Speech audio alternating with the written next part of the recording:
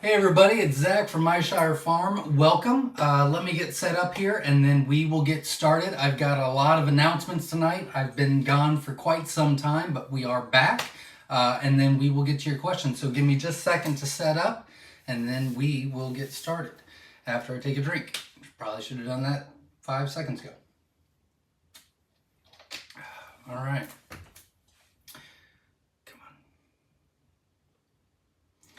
I was trying to set up our YouTube live for tonight and realized that Facebook and YouTube have changed everything on the back end since I last did it. So I'm not great at technology, so you're going to have to bear with me, but we'll get there. So there we are. Hello. Okay. All right. So welcome everybody. I am going to introduce myself tonight. Usually I don't do that, but I have been gone. I think my last live was in August, maybe. I don't remember. So I've been gone for some time. I haven't done any YouTube videos lately either. So for everybody that's here, welcome. We're glad you're here. My name is Zach from Myshire Farm. We're a quail farm in Miamisburg, Ohio. We've been in business for, I don't know, 13 years. Yeah, 13 years. And we raise thousands and thousands of quail currently.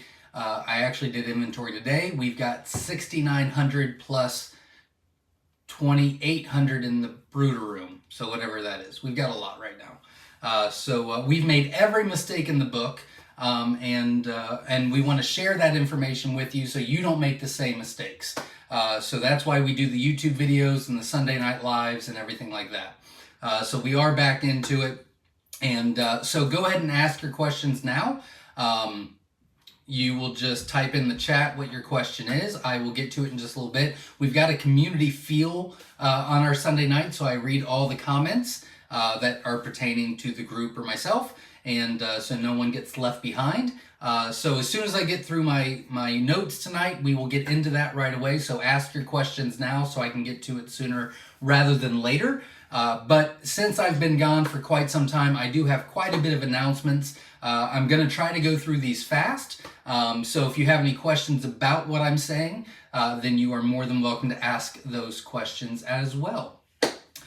So first and foremost, Sunday Night Lives are back. Now I've got an asterisk with that because next Sunday is the Super Bowl, and I'm going to watch that. So we're not having a live next Sunday. But after that, I should be back full time. But I'm watching the Super Bowl, so go 49ers. So the next is the 18 and under contest. If you don't know what that is, I do have some older videos about those.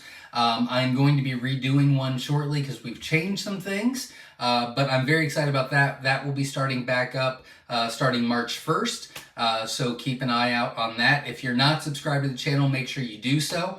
And you won't miss all the content I've got coming your way. We do have a lot of videos coming your way, over 30 topics that I'm going to be covering, and I'm going to try to do 2 videos a week, but I will guarantee that I post 1 video a week going forward to help you on your journey with Coturnix quail. And unless it's the Super Bowl or something tragic happens, I will be here on Sunday nights going forward.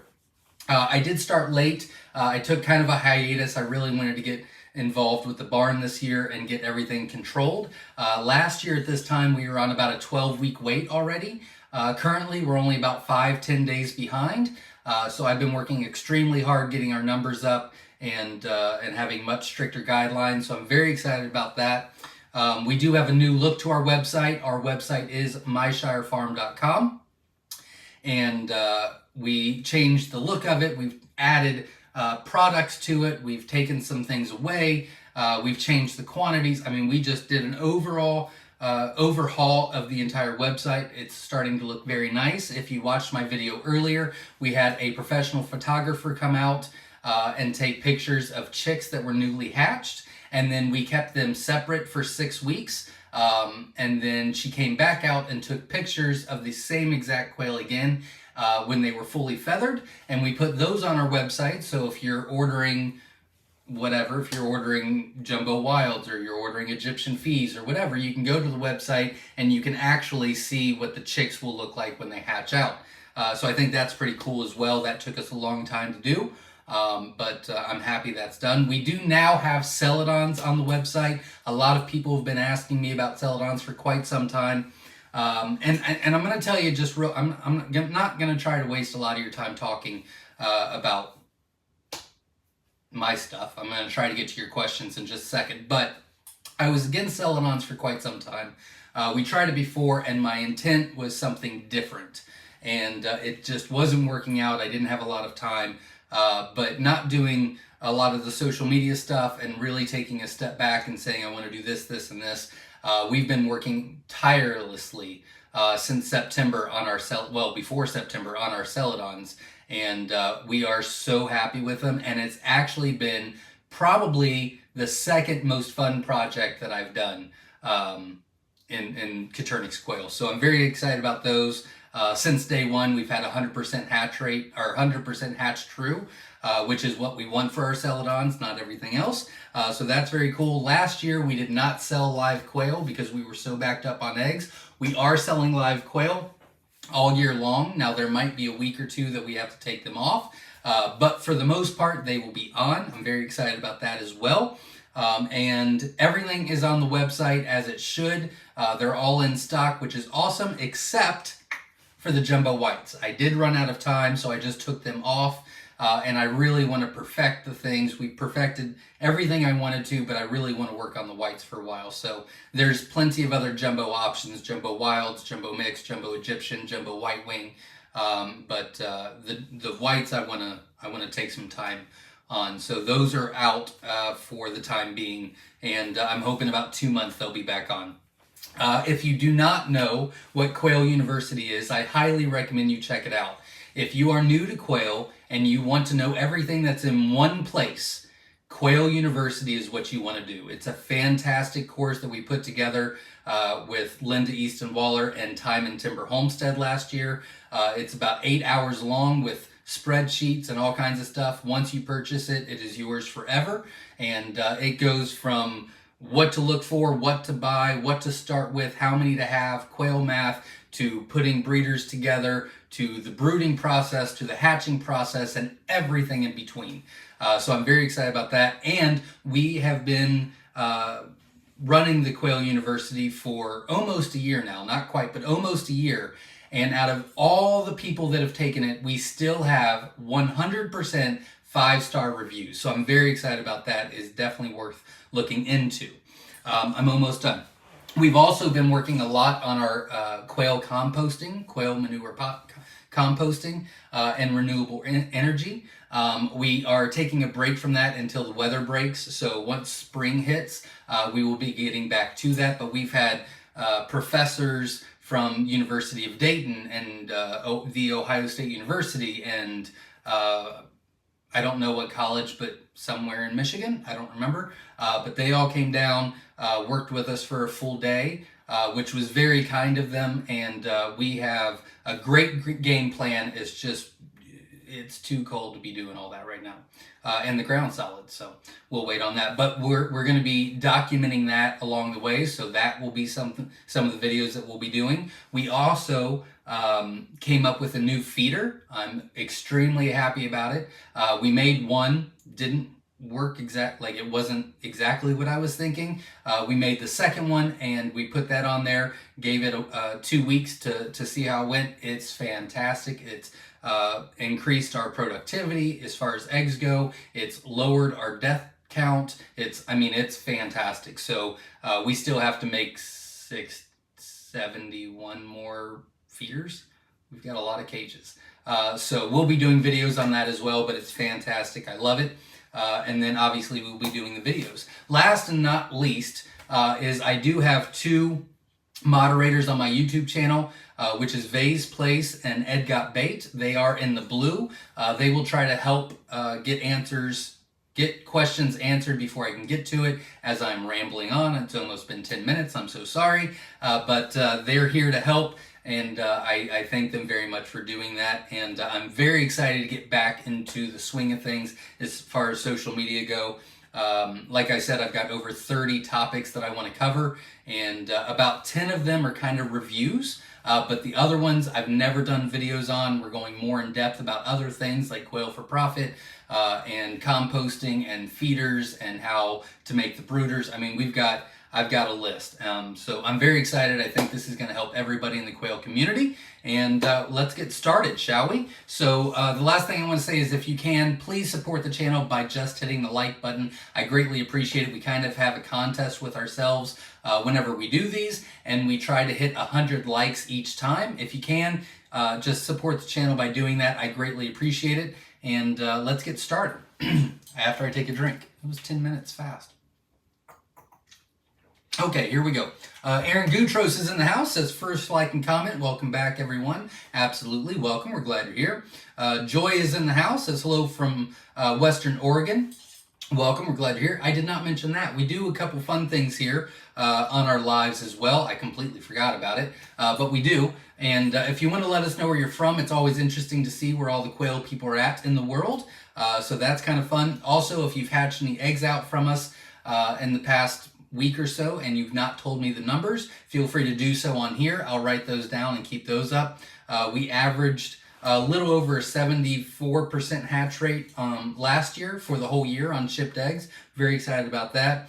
This year, we just finished January. I really don't start, I start documenting on January 1, but you can't really get a number until you're at least a month in. Right now, we're at a 72%, which is not too bad because of all the cold snaps and all that.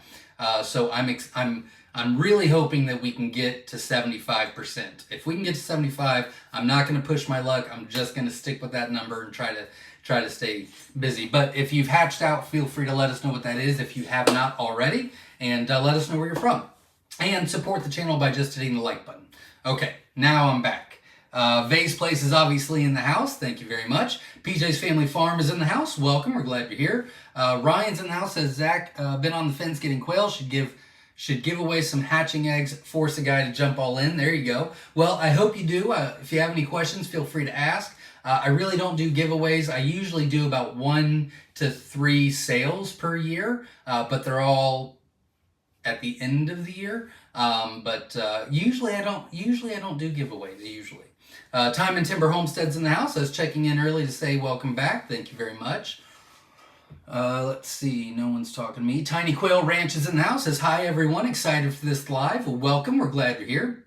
Clifton Buck's in the house from South Mississippi. Glad you're back, Zach. Really have been missing the lives. Well, thank you very much. We are back, except for next week. Super Bowl. Not my fault. Can't blame me. I mean, you can, but I'm not going to listen because it's the Super Bowl. So and Terry's in the house. Says hello all from stormy Gilroy, California. I hope everyone is doing well. Welcome back, Zach. Thank you very much. Hopefully the weather breaks for you. William is in the house. Says Zach is back. Yep, absolutely. Let's see. Greg's Kitchen's in the house. Says hello. Welcome. We're glad you're here. Diana Tuttle from Tut Farms is in the house. Welcome. Glad you're here.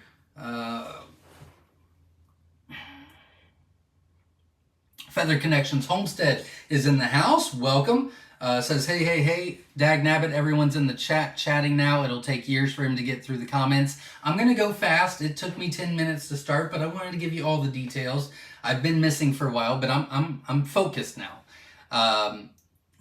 Souls and Bottles in the house. Welcome back. Glad you're here. Witch Doctor's in the house. Welcome. Glad you're here. Erica Willis is in the house. Welcome. Fran Crow is in the house. Welcome. Glad you're here. Let's see. Ryan's in the house. Welcome. Bill Thompson's in the house from Warmer, PA. Welcome. Glad you're here from Pennsylvania. Flapper 45's in the house. Glad you're here. Carrie Knapp is in the house. Welcome. Let's see. Carrie, I don't know if you're still on, but if you are, if you can maybe shoot me a text tomorrow, I'd like to talk to you real quick. If you're still on. If not, then I will write myself a note to text you. Anime Gamer Creators in the house. Welcome back. Glad you're here. Mary Gold is in the house. Welcome. Souls in a Bottle says, I have to start my whole flock over. We got flooded in Maine in December, and my birds drowned waiting for spring to start over. I am sorry to hear that. Unfortunately, that does happen. I do a hatching hour for new people for Quail University every Wednesday, and I actually just went over that last Wednesday, not like the drowning thing, but they had an issue where they lost a lot, and it's something that they, I mean, it was a fluke thing, and it happened, but raising animals, becoming self-sufficient, you really got to make sure that you stay the course, because Murphy's Law loves to come to homesteaders and farms and things like that. And so hang in there. I'm glad you're wanting to start over, and I wish you all the best. Bob Cole's in the house. Welcome. We're glad you're here. Gardening for Better Health is in the house. Welcome. Love the name. Let's see. PJ's Family Farm is in the house. Says hello, all you beautiful quail people. Welcome back, Zach. You were surely missed. Thank you very much. I was missing it. What I do every year is I'm not ready by January 1st. Like, there's so much extra stuff to do in the barn. And then I try to start my YouTube stuff then. And then I just get so overwhelmed. And this year I thought, I don't think I can do it. So I just paced myself. So I'm glad I'm back, but I'm glad that I wasn't rushing. So it does feel a little nice, but I'm very happy I'm back, and I'm glad you all are here. Eric Willis says, it's good to see you again, Zach. We missed you. Thank you very much. Shade Iron, took me a second to read it, but I got it. Says, hey, Zach, good to see you. Welcome. We're glad you're here. The Dinosaur Omelet's in the house. Welcome. Glad you're here. Love the name. Chester Collins says, I just ordered 3 cages. Very cool. Hopefully you got them from Wynola Ranch or Dale's Quails. And I love both of those people. And good luck. I wish you all the best. Bev Smith is in the house. Welcome. Glad you're here. Darth Maul 0101 is in the house. Welcome back. Says thank you very much. Quasi Quail Farm says, do you only do the quail farm? Is this profitable enough to do full time? Yes, we only do the quail farm here. I mean, we've got other animals for self-sufficiency like pigs and rabbits and cows and chickens and ducks and peacocks, which are not self-sufficient, but Jenna likes them, so whatever. Yeah, the business that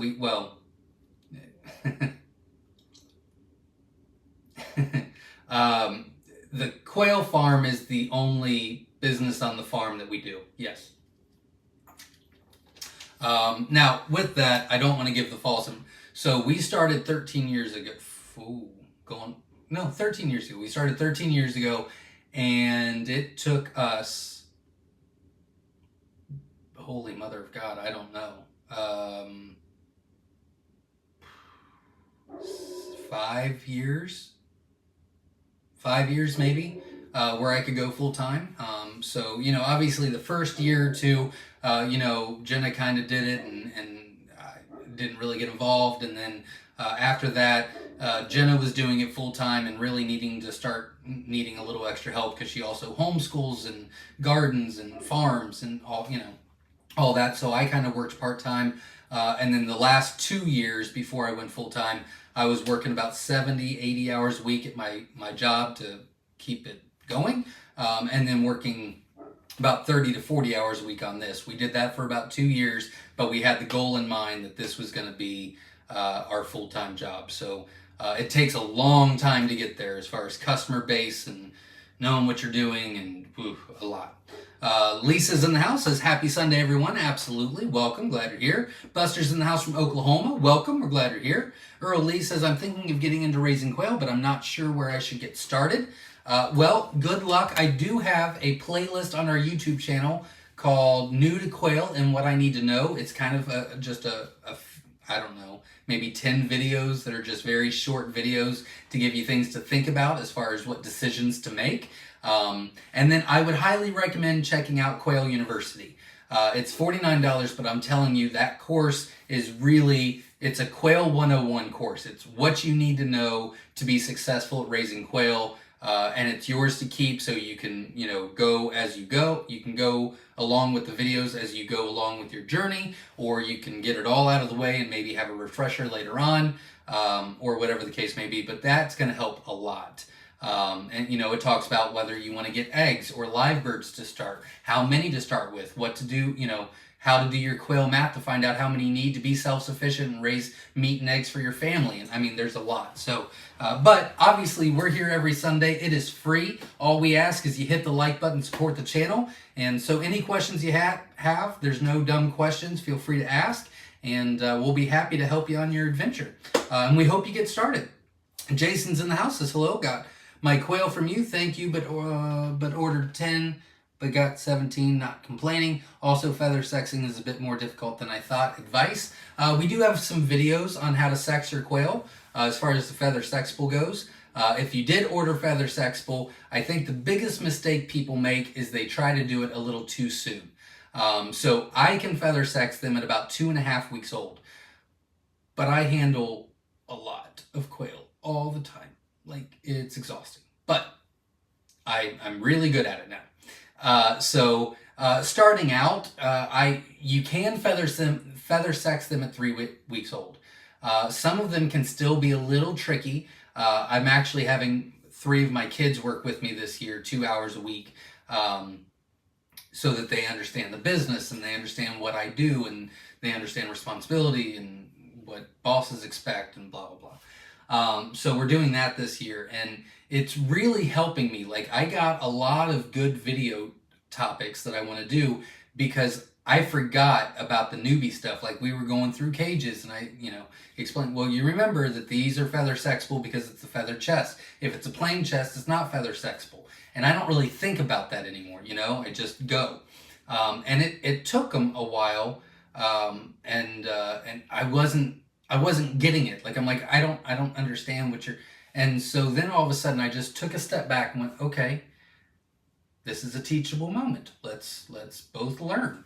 So I asked them what they were struggling with, and I think that they were looking too hard into it. Like, the feather pattern was like, right here was not feather pattern, it was plain, but then here was feather pattern, or the speckled chest wasn't all the way down, and so they didn't all look uniform.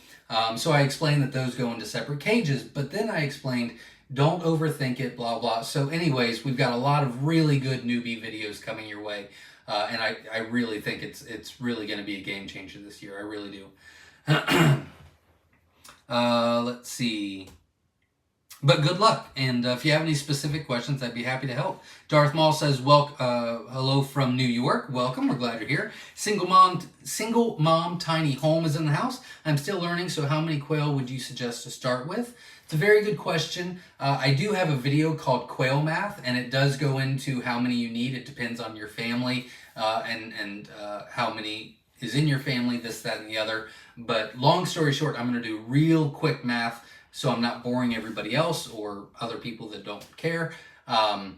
So let's say you always want to average 50%, okay? So let's say you start with a 60 count of eggs. Let's average a 50% hatch rate. Now, I think that you're going to get somewhere in the 70% hatch rate, but we're going to assume a 50% hatch rate. So out of that 60, 30 is going to hatch. You always assume that 50% are going to be males. So that leaves you 15 hens, right? All right, so that means you're going to get about 12 to 14 eggs a day. So if it's a family of 2, that might be too many. So you might want to start with a 30 count because that goes down by half, right? But if you've got a family of 4 or 5 and the quail eggs are kind of small, well, then that's probably what you want to start with. But that's kind of the thought process you want to be on. But I do have those videos about quail math that go much more in depth so that you understand the process. My big goal this year is I really want people to understand the process when I answer questions so that they can start problem solving and start taking a little bit more control. So bear with me if I go a little too long-winded, as my wife says. Let's see.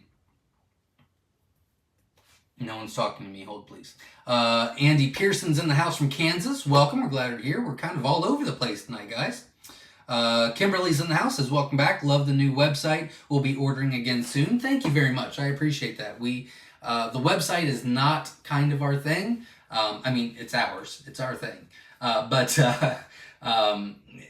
neither myself or my wife are very tech savvy, and we've enlisted the help of some people that are much smarter than us, but we have done a lot of work to it, and really wanted to make it. I mean, it's still family owned. It's still me and my wife that do this full time, but we really wanted to make it much more easier to navigate.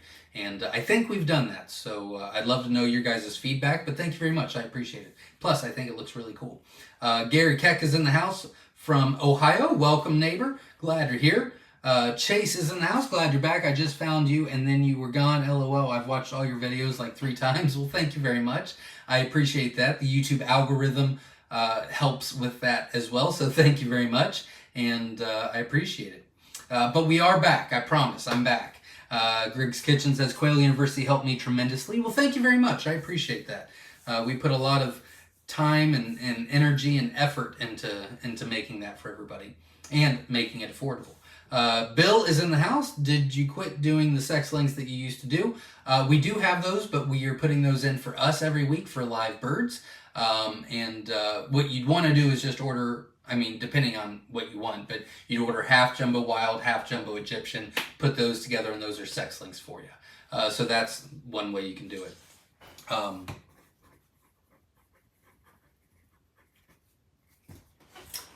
Needed to make myself a note. My memory's not as good as it used to be. Bev Smith says, Quail U is the best. Well, thank you very much. I appreciate that. Quail Keeper says, Quail University, highly recommended. Well, thank you very much. I appreciate everybody. Don Skins in the house from South Mississippi. I think you're the second tonight in Mississippi, so welcome. We're glad you're here. Ralph Barnett is in the house. What are the eggs called that you sell to Oriental people that are incubated for 12 days? The balutes, which a lot of people already answered. So yeah, balutes. William says, is quail composting going to be a Quail U thing or on YouTube? I don't know. It will definitely be on YouTube. I do know that. It's 100% going to be on YouTube. I don't know about Quail U right now. Short Pickens Quail is in the house. Welcome. We're glad you're here.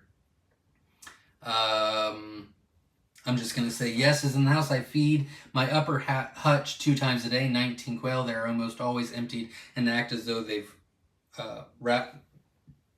they're ravished.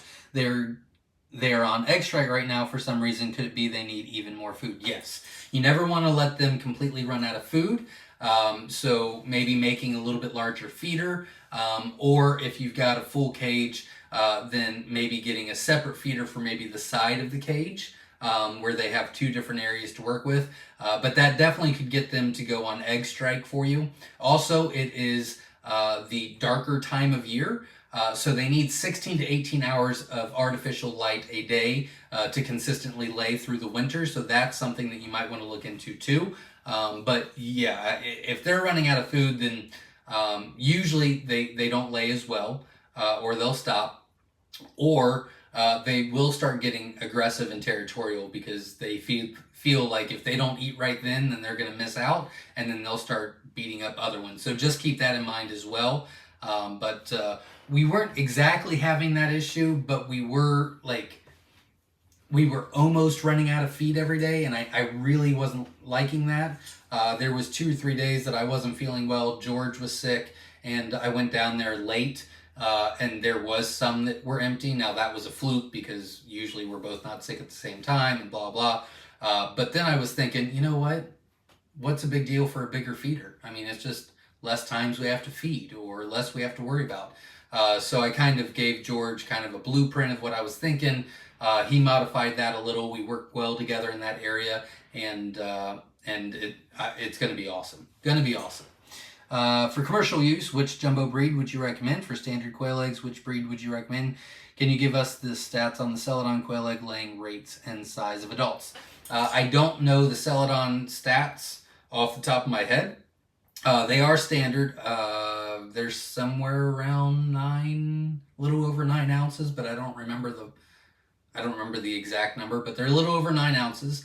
They're laying like 280 eggs a year on average. Now we haven't had them for a full year, so we're projecting that from what they've laid since we've had them. But that information is in the description on our website. I don't remember off the top of my head. As far as a jumbo breed that I would recommend, either jumbo Egyptians or jumbo wilds, or jumbo white. Really, you can't really go wrong. They're all feather sexable. The jumbo wilds and the jumbo white wings are now officially the same exact size, which is pretty cool. So they're both averaging 14 ounces at 10 weeks old. They're both feather sexable, and they also lay very large eggs. Now, the jumbo Egyptians are a tad bit smaller. I think they average 12.5 ounces at 10 weeks old, but they lay quite a bit more eggs per year. So as far as egg production goes and a jumbo size, jumbo Egyptians, if you're looking for the biggest quail with the biggest eggs, you're either jumbo wilds, jumbo white wings. You can't go wrong with either one.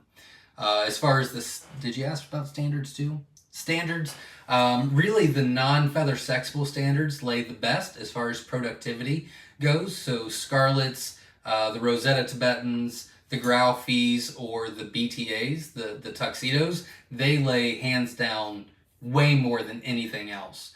If you don't want to get into the vent sexing, the non-feather sexables, Egyptian fees would be by far the best productive laying quail as far as feather sexable goes. Good questions. Very good questions. A little bit hard, but I got to get back into the swing of things. You know what I mean?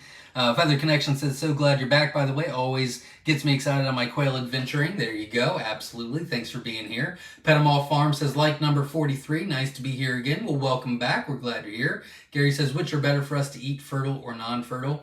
It doesn't really matter. I mean, it doesn't really matter. Technically, fertile eggs is healthier for you than non-fertile, but I don't know like the percentages or I don't know the details, I guess I can say, about it. Someone tried to explain it to me one time, but I guess I wasn't listening. But it was just so much technical jargon. I was like, so they're healthier. And they're like, yep. I'm like, that's what I'm going to go with. But I don't remember all the details. But it doesn't really matter. Joy says, hey, Zach, happy to see you back. Thank you very much. Happy to be back. Ryan says, which quail breeds will be available in Canada? That is a good question, and I do not know that answer off the top of my head. We will know in the next 2 weeks. Nikki's in the house, says, hello, first time watching, new quail owner from Hawaii. Well, welcome. We're glad you're here. PJ's Family Farms is in Catskill Mountains, New York. Well, welcome. We're glad you're here. Greg in East Tennessee, welcome. Mary Gold from Utah, welcome. Advantage Salky is in the house from Ontario, Canada. Welcome. We're glad you're here. Figs and Quail is in the house from Southeast Washington State here. Glad to see you back. Thank you very much. Glad you're here. Earl Lee in Georgia is in the house, and Tiny Quail Ranch is Ontario, Canada. Welcome. Tim W's in the house from Orlando, Florida. Welcome. We're glad you're here. Droptine Farms. Chris is in the house from Central Ohio. Welcome, neighbor. I mean, we're not central, but we're both in the same state, so let's go with it. Witch Doctor says we're saying hi from the green state, not the brown state. There you go. They are now in Tennessee. They were in Vegas, so welcome. Quasi Quail Farms in the house from Cleveland. Welcome. Used to live in Dayton and went to school down there, but now in Cleveland. Not bad. Well, still Ohio, so welcome, neighbor. Chase is in the house, says, forgot to say, watching from North Dakota. Welcome. We're glad you're here. Ted Smith says, do jumbo whites taste the same as jumbo wilds? Yep, they're all dark meat. They all taste the exact same.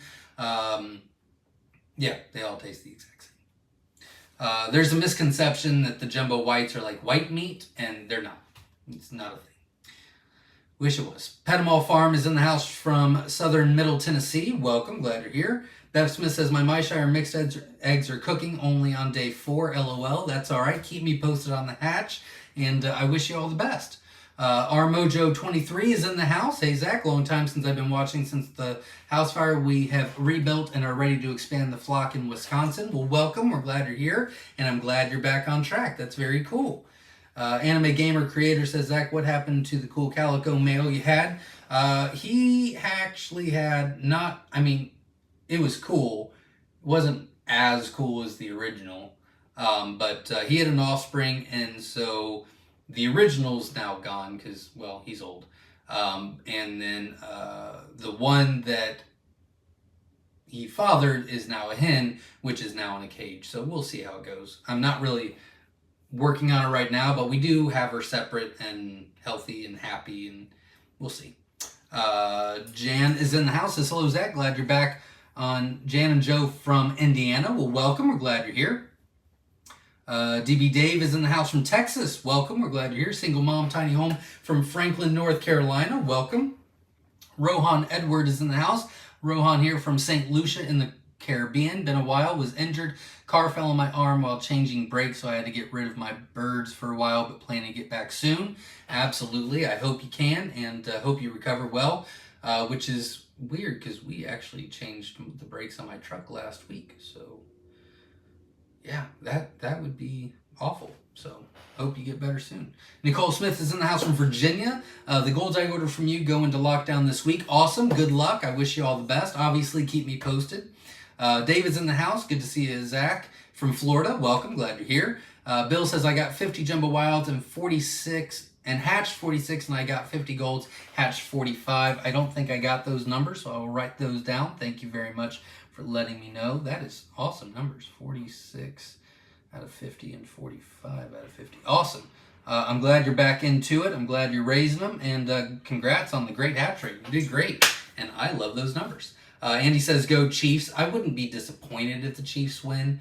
I really love Christian McCaffrey and Purdy. Like, they're just, I don't know. I really like them a lot. But, I mean, anyways, I just hope it's a good game. Like, I would not be disappointed in whoever wins as long as it's not a blowout. That would make me mad. Carrie Knapp is in the house from Canada. Welcome back from the Knapp Family Mini Ranch. Well, welcome. Glad you're here. If you're still on, I don't know if you heard at the top, but if you can, text me tomorrow. I would like to talk to you real quick. Yes is in the house. A huge amount of light. Oh, nope, you're not talking to me. Quasi Quail Farm says, I have 200 currently. Jumbo Whites, Jumbo Sparkly Fee, and Black Quail. How many do you think it will take to make this a full-time job? Thousands. You would need thousands for a full-time job. For sure. Dwayne Hansford's in the house from Alabama. Welcome. We're glad you're here. Aaron says, Zach, can we talk about QuailCon now? I waited for the rest of 2023. You did, and you were very patient, but no, not yet. We are going to have another QuailCon, but I'm not ready yet. I need other stuff to be off my plate. I do have a massive surprise for people in about 2 weeks, maybe a little bit less. And I'm very excited to share that, but once we get that done, then I will start working on QuailCon, but not yet. I don't have the details yet. Kimberly is in Baton Rouge. Welcome. We're glad you're here. Gardening for Better Health says, hi from Michigan. Do you have Roo red jumbo quail I can buy? What are they called? The Jumbo Egyptians. Yes, and they are the Roo. Yep. They're the Roo version of the Jumbo Wilds. They're about 12.5 ounces and the best laying jumbos we have. R&W Farmstead, Tony Walsh is in the house from Southeast Georgia. Welcome, glad you're here. Bob Cole's in the house. Welcome, glad you're here.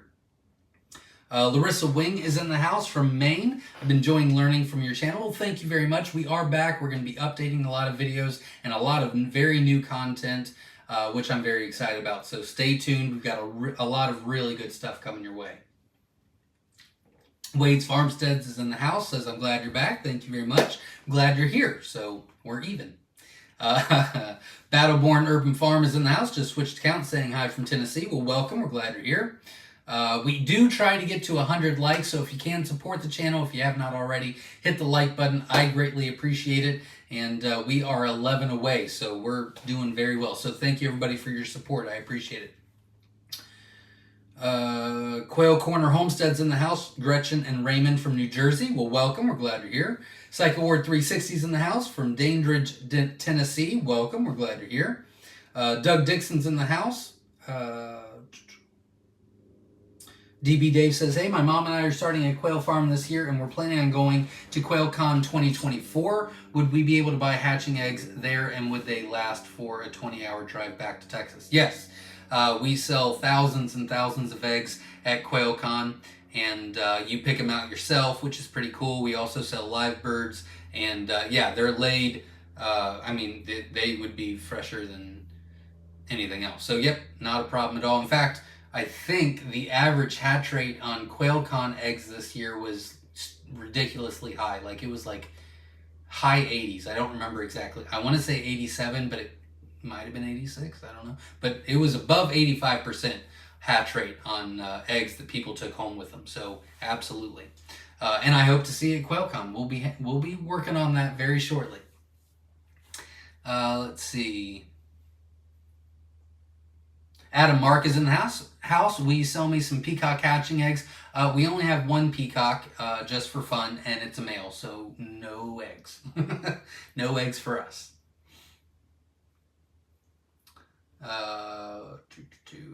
Wade's Farmstead is in Tennessee. A lot of Tennessee volunteers tonight. Welcome, everybody. Glad you're here. Earl Lee is in the house. Good info. I will definitely check it out.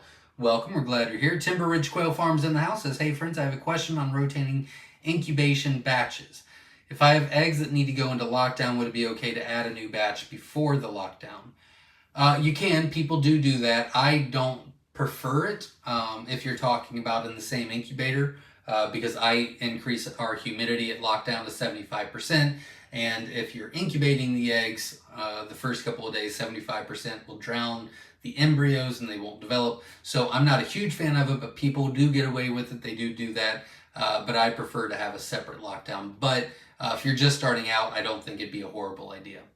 And people do well with it. It's just never something that I've liked.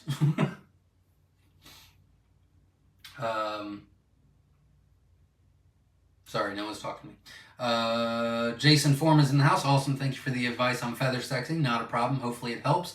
And if you have any questions, let me know. So Terry says, I'm back to a computer. Hi to everyone I missed when I was out. Welcome back. Yes, says this upper hutch is second generation Myshire quail. I just wonder why they're on the egg strike. Plenty of extra light. They aren't molting. Could it be not enough food or recent regular hawk visitor? Well, it could be either one. So if they get stressed or scared, like a hawk visitor, now it might not have killed any of the quail, but it could have spooked them. The hens kind of, they don't lay the eggs because they don't feel like it's safe. It usually takes about 2 weeks for them to go through their system to start laying again. So I wouldn't worry about that. It takes about 2 weeks to do. But running out of the feed thing can also stress them out. So if it's a continuous thing, it's just prolonging that 2 weeks. So there's not much you can do about the regular hawk visitor. If you can, I'd work on that as well. But I definitely fix the feed. But it could be either one of those. I'm leaning more towards the feed, but I mean, it just depends on how spooked they got with the hawk. Battleborn Urban Farms in the house. So and Tara says, how are the doggies doing? They're fine. I'm not a big fan of them, but that's just because they drive me crazy. But no, they're all good. Kids love them. Wife loves them. I deal with them. Marcia Coleman says, this is the first time raising quail. When do they start laying eggs again? Again, like a new hatch, usually they lay between 6 and 8 weeks old.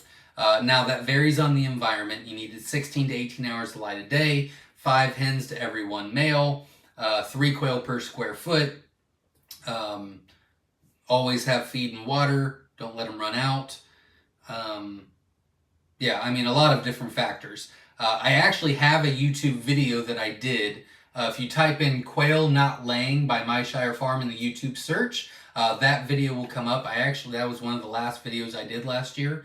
And that will go into a lot of details that you can write down and kind of look at and make sure you're following those best practices. But usually 6 to 8 weeks old.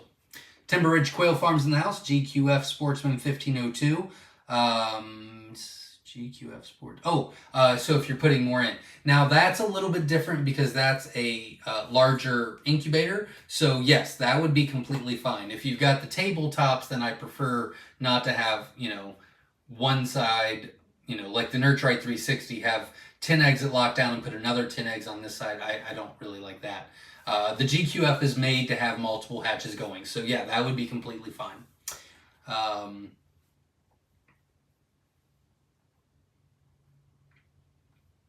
Ed Got Bates says subscribe, hit the notification bell, and the like button. Absolutely. Oh, we are way past the 100. Thank you very much for everybody supporting. If you haven't hit the like button, I appreciate it. We're at 111 right now. Our goal was 100. I didn't know what to expect tonight since I've been gone for months and months and months.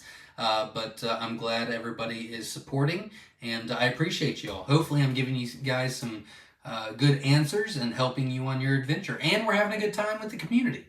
Tiny Quail Ranch says, does anyone cut their quail nails, or is there something that wears them down? Thanks.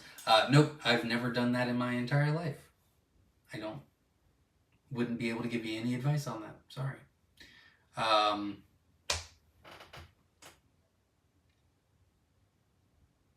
This is So and Dear says, Zach, I keep telling you about my no-waste feeder. It could totally be adjusted to attach to a hopper. There you go. How do I put that?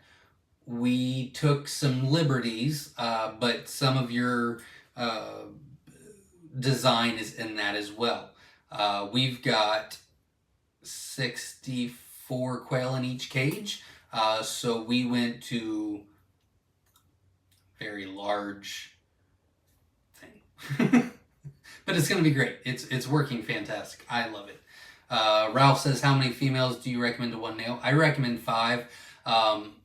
Just because there's a lot of new people. I know the people that's been following me for a while have heard this, but I will explain this real quick. So way back in the day when we first started selling, we wanted to do our own research just so we understood how things work. We wanted to understand the ins and outs, right?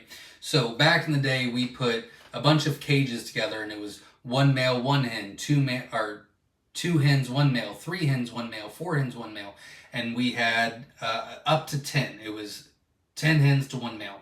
Now, obviously, the 1-to-1 did not work because the male was just way over aggressive because there just wasn't enough hens, right? And then, obviously, the 10-and-1 went away really quick because the fertility was absolutely crap. So, we kept, getting rid of things. And so really, like a 3-to-1 is fine. You'll get a good hatch or a good fertility rate, but the hens do get beat up a little bit.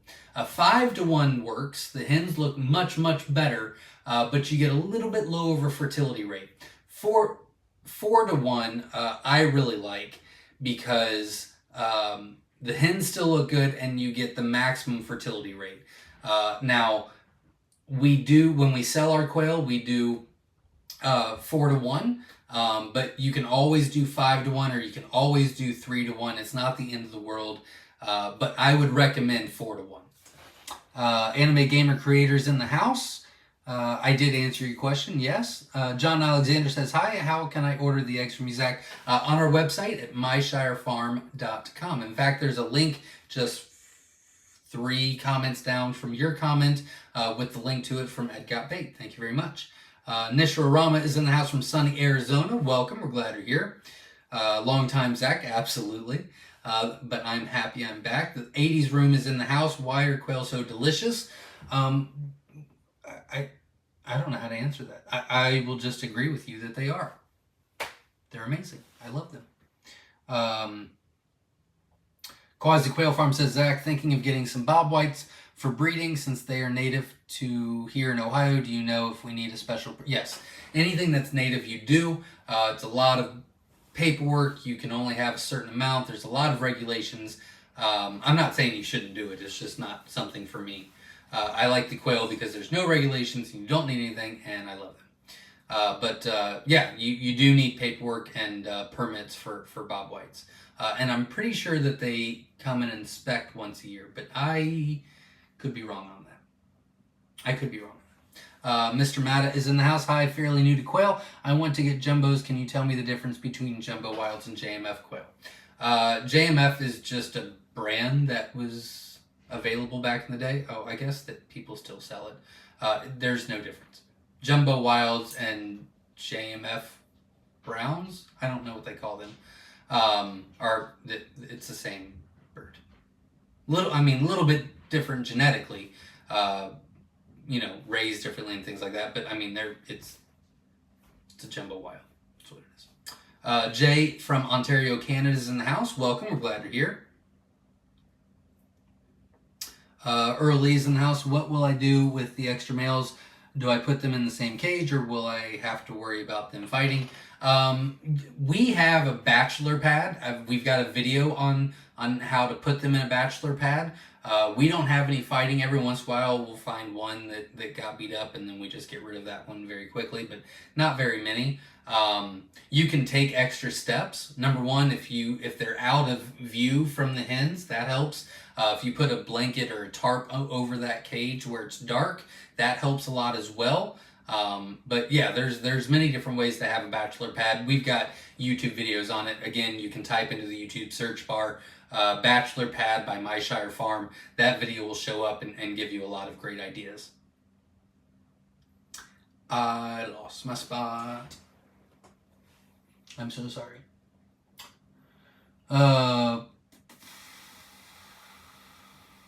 Jesse Simmons is in the house. I hatched eggs from you in October, and 3 weeks ago hatched eggs from them. Awesome. Congratulations. Sexed them today. 6 hens and 11 roosters are all good. Thanks to the quail, they make me learn things every day. Yep, absolutely. Very cool. Congratulations. You are already on your way for, continuous breeding, and you're doing great. So congratulations. Wish you the best. And if you have any questions, feel free to ask. Anime Gamer says, I really want to get a bird of the cool calico line. I'm hoping it stays. We'll work on that as soon as I'm done with the celadons. But currently we've got, I don't know, 72. I don't know what that is. I'm just going to round it around. I think we've got somewhere around 127 hens. Yeah, somewhere around there. We'll just say 130 hens. I'd like to have double that. Once we have that, then we'll start working on that. But one project at a time. I'm really focusing this year. Lost my spot again. Marcia says, I'm so glad we started raising quail here in Ohio. Can't wait for them to start laying again. Absolutely. I'm glad you're happy, and good luck on your adventure with quail. The A's Room says, I noticed the site change. Thank you very much. We're very happy with it. I think it looks much better and much easier to navigate around, which is always nice. Flapper45 says, I've got 20 eggs that will be going into lockdown on Tuesday. They are from my first jumbos I hatched from Myshire about 3 months ago. Very cool. Congratulations. I wish you all the best, and I'm sure you're going to do great. Very cool. S.O. Swanson's in the house. Greetings from the Mississippi Delta. I recognize that guy in the hat. Yeah, it's been a while, but I'm back. Panama Farm says, forgot puppy bull needs broadcast a quail bowl. There you go. Let's see. JJS Ranchit says, welcome back from JJ's Ranchit in Arkansas. Welcome. We're glad you're here. True Country TV says, should you feed twice a day or have feed available 24/7 for them to have access to it? I'm going to answer both. If you've got a big enough feeder where you only have to feed them once a day, that's fine. I prefer to feed them twice a day just so I'm inspecting everything. Like when I go in the morning, we feed and make sure all the waters are working and clean those out. And then when I'm done for the day, we refeed just to top it off. They don't need it, but it's more of I'm inspecting the cages and making sure none of the doors are down, making sure there's no clogs in the water. And it's just a kind of a checklist for me. But we wouldn't have to. So like if something was going on and I had to get out of here, once a day would be fine. But they should always have feed. Always, always, always. Nishra Rama says, regarding them, 60 eggs of white I bought in August, 48 were fertilized, 34 hatched. For my surprise, I ended up with 28 females and 6 males. I already sold more than 100 chicks from these mamas. Very cool. More than paid for. Very cool. Congratulations. Not a bad hatch rate. Let's see. Feather Connections Homestead says, what colors of celadons are possible to mix? What's your favorite of those colors? Fab Feet is my favorite. We only have a few, but I'm working on that now. They're actually separated in a white ranch cage, so I can keep getting those. But we've got whites, we've got Tibetan tuxedos, Rosettas, Tibetans, Rosetta tuxedos, Fab Fees, Egyptian Fees, a few golds, like fairly large variety. So I'm hoping to just get our numbers where I want them this year. Next year, I'd like to start separating into maybe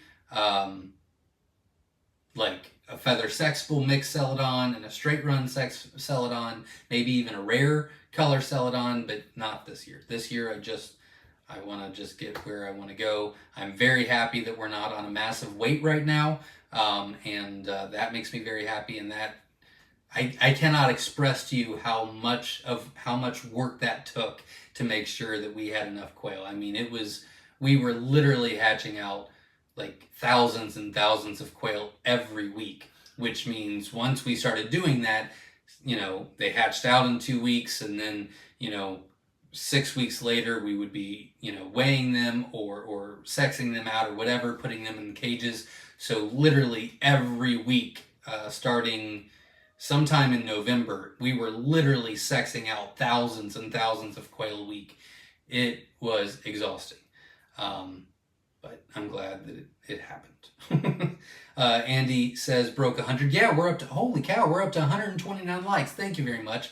I really appreciate it, everybody. I appreciate the support, and if you haven't, hit the like button, support the channel. I greatly appreciate it. Jason says, great info, video liked from Memphis, Tennessee. A lot of Tennessee tonight. Welcome, everybody. Thinking about the university video. I highly recommend it. I really do. It's $49, but I'm telling you, we've got a lot. Now, I will be completely honest with you. We have a lot of information on our YouTube channel. Hundreds and hundreds and hundreds of videos. And I'm going to continue to do that. Free information. I want everybody to be successful with quail. I want the quail community to grow and be successful and be supportive of one another, right? But with that being said, Quail University is so well done that it puts everything together in one place. You go to one place and you can just see all the videos right there. They're easily marked. You don't have to be searching for stuff. It's all right there in one spot.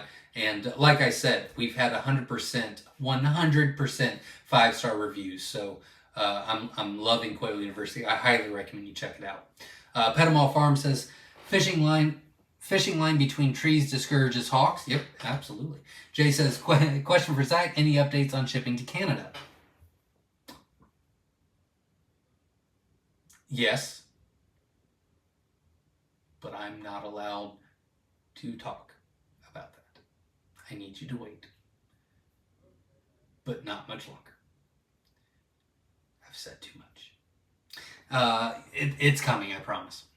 So and Terry says, Zach, not sure if you saw it or not. I sifted my main quail aviary and raviary rabbits over quail and ended up with about 80 feed bags full of compost. Yep, absolutely free compost. I love aviaries. Very cool. Congratulations. We did weigh it. Oh, I don't remember the exact number. Oh. It was something, it was like literally a ton of quail poop every 3 days and that's when we had a lot less quail in October. So we go through a lot of poop. But when you have thousands and thousands of quail, I guess you expect that. I wasn't expecting that much. It was so much. Romeo says, can you mix jumbo and bob white in the same pen? It's a twofold answer. Yes, you can. It's not recommended. So if they breed together, they can lay eggs and you can hatch those out, but those are mules. They're sterile. You can't do anything with them. You can't go past the first generation. But you can hatch them out and keep them together.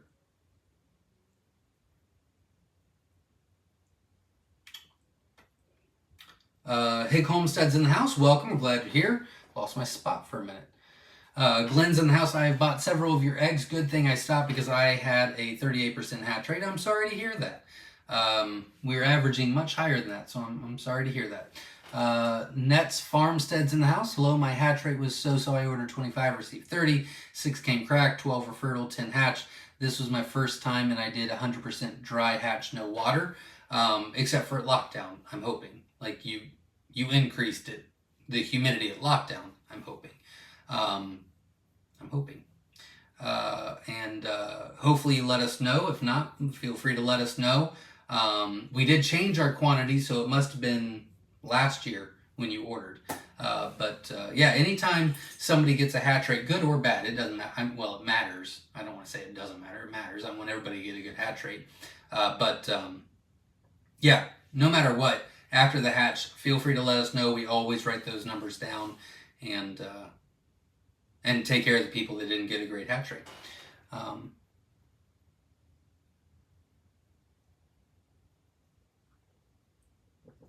Romeo says, thank you for answering my question. Very helpful. Thank you very much for asking. Glenn says, I bought them on the auction site.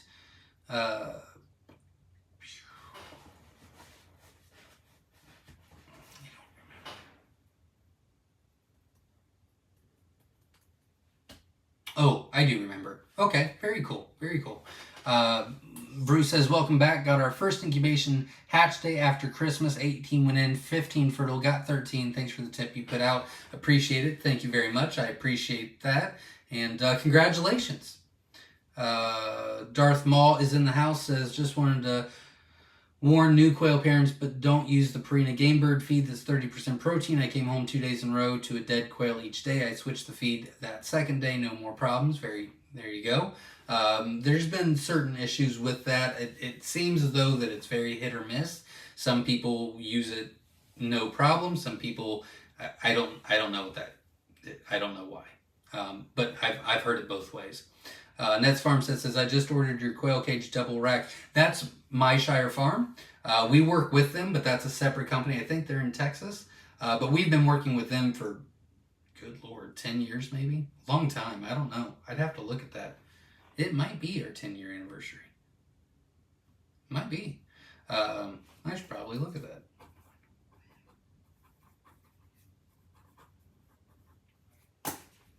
Probably should do something special if it is. But that is Wynola Ranch. But we love them. We use some of their cages as well. In fact, all of our celadons were in there until we started getting much bigger numbers. But yeah, they're a great company, great family oriented, great family business, and great quality. Love Wynola Ranch. DB Dave says, what would be a good range to start with in terms of egg producers versus meat producers, and how many quail would be a good starting point?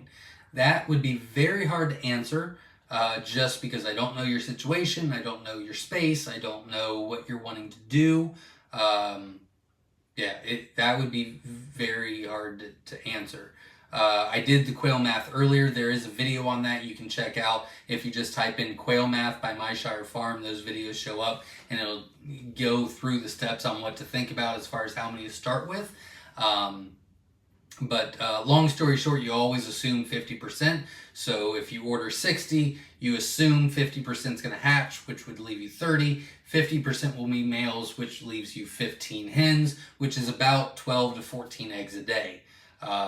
So you can, go off those numbers and decide what works best for you. Standard quail have their purposes. They are the best egg producers. They'll lay more eggs in a year than the jumbos. The jumbos have their purpose because they're the larger meat and the larger eggs. So it really depends, again, on what exactly you're looking for. Anime gamer creator says, can we get a short to see the calico one? Yeah, I can write that down.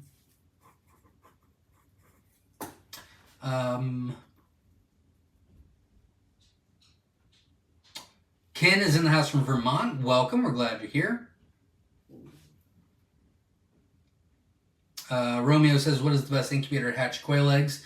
It really depends on where you're at on the process, like if you're just starting out or whatever. We've done some incubator reviews on our YouTube channel. I've got another incubator on its way that we'll be doing a review on that just came out this year. So I'll let you, we'll do a video on that one. So if you're just starting out, I don't recommend you go all crazy and buy, in my opinion, the best incubator out there is the GQF. Love the GQF. We have like 6 of them. Love them. Swear by them. They're awesome. But they're also like brand new ones, like $1,200. So starting out, I wouldn't recommend it because you can put thousands of eggs in there. You know what I mean? Like you don't need that much space. As far as quality, like tabletop incubators, the Brencia was the best that I've experienced and tried. I love the Brencias. They are a little bit more expensive than other brands, but it really depends on where you're at, because like the Little Giant, I was not expecting great hatches on. It is one of the most affordable ones, and we got a great hatch rate of it. I was very, very impressed with the Little Giant, and it's probably the most affordable one out there. The Nurturite 360 was a good little incubator, but when I did the review, it was like 120 bucks. They've increased the price to like $190, and you can only fit like 30 eggs in there. Not a huge fan of that, but it was a fine incubator. It kind of has its faults. So if you're going for a lower brand to start out, I would recommend the Little Giant. If you're going for a good incubator that's middle of the road pricing, Brencia is fantastic. Like, it's great quality and medium pricing. Little Giant is affordable, but does well, right? Not as well as Brencia, good, better, best. That's how I'll put it. So the good is the Little Giant as far as pricing and quality. The better is Brencia, for sure, any of their products. And then the best is GQF, but again, that's for a lot of eggs. So hopefully I answered that. I don't want to direct you into one thing when, it really depends on what you're wanting to do and how many you're wanting to hatch and things like that.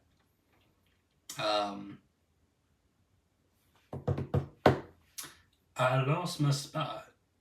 Found it. Battleborn Urban Farm is in the house. Chris Mayer is in the house. Easier way to sex quail. Seem to have hard time feather sexing. We will be bringing a video on that out shortly. I mentioned that earlier. My kids are helping me this year for 2 hours a week. Individually, I can't take all three of them at the same time. I'm very, I like things done specific ways. So I can only, I don't have great patience, but with one at a time, I'm golden. But having all three of them down there at the same time, I would lose my mind and get yelled at a lot from my wife. So one at a time. But we've been sexing quail every week because we're hatching out every week and adding new breeders and switching things out and selling live quail and all this. And they've really had me take a step back and remember the newbie stage of it, just because I've been doing it for so long with so many. And so we've got a lot of really good videos coming out. And one of the top ones is going to be how to sex your quail, whether it's feather sexable or vent sexable. So that will be coming, but I do have some older videos already on how to do that. You can check that out. But long story short, a speckled chest, whether it's a little or a lot, it doesn't matter. If there's speckles on the chest, as long as it's feather sexable, it's a hen. If it's a plain chest and it needs to be all plain, it is a male. I've got a good idea for a video for that, so stay tuned. It should be coming out.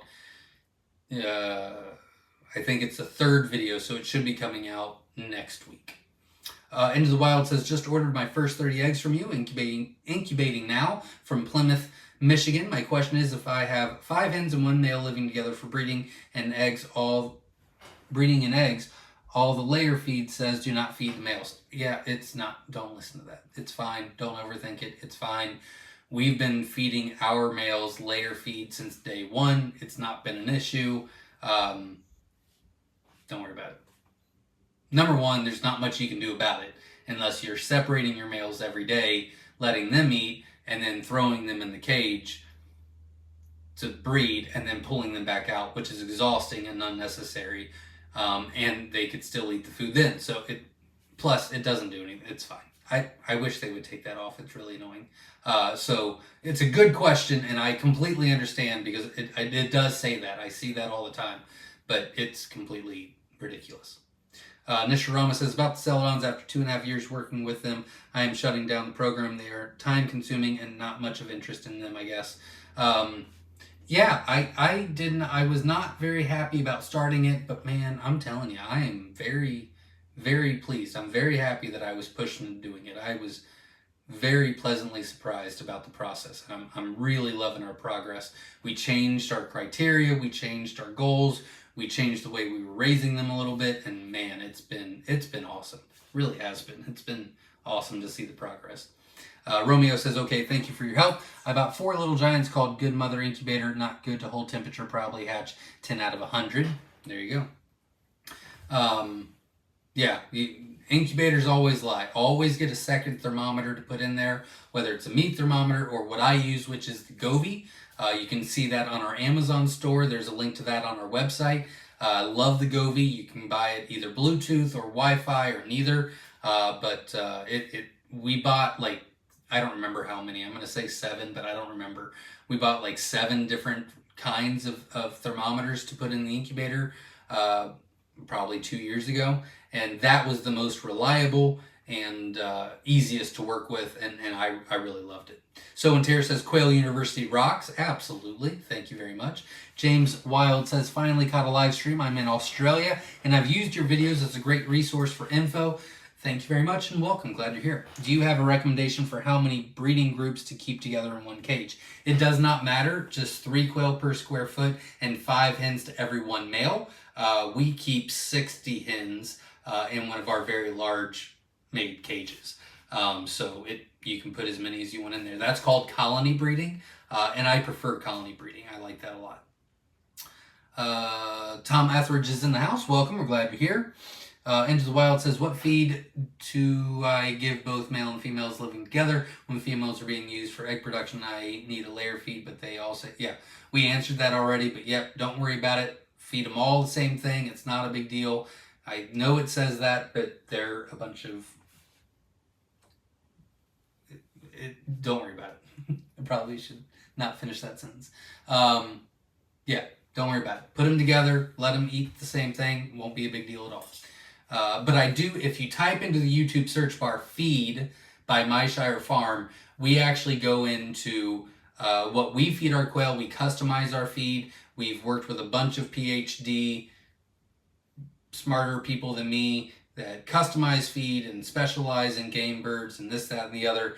And so we give you the breakdown on that and what to look for and ingredients and percentages and things like that. So, yeah. But yeah, don't worry about that at all.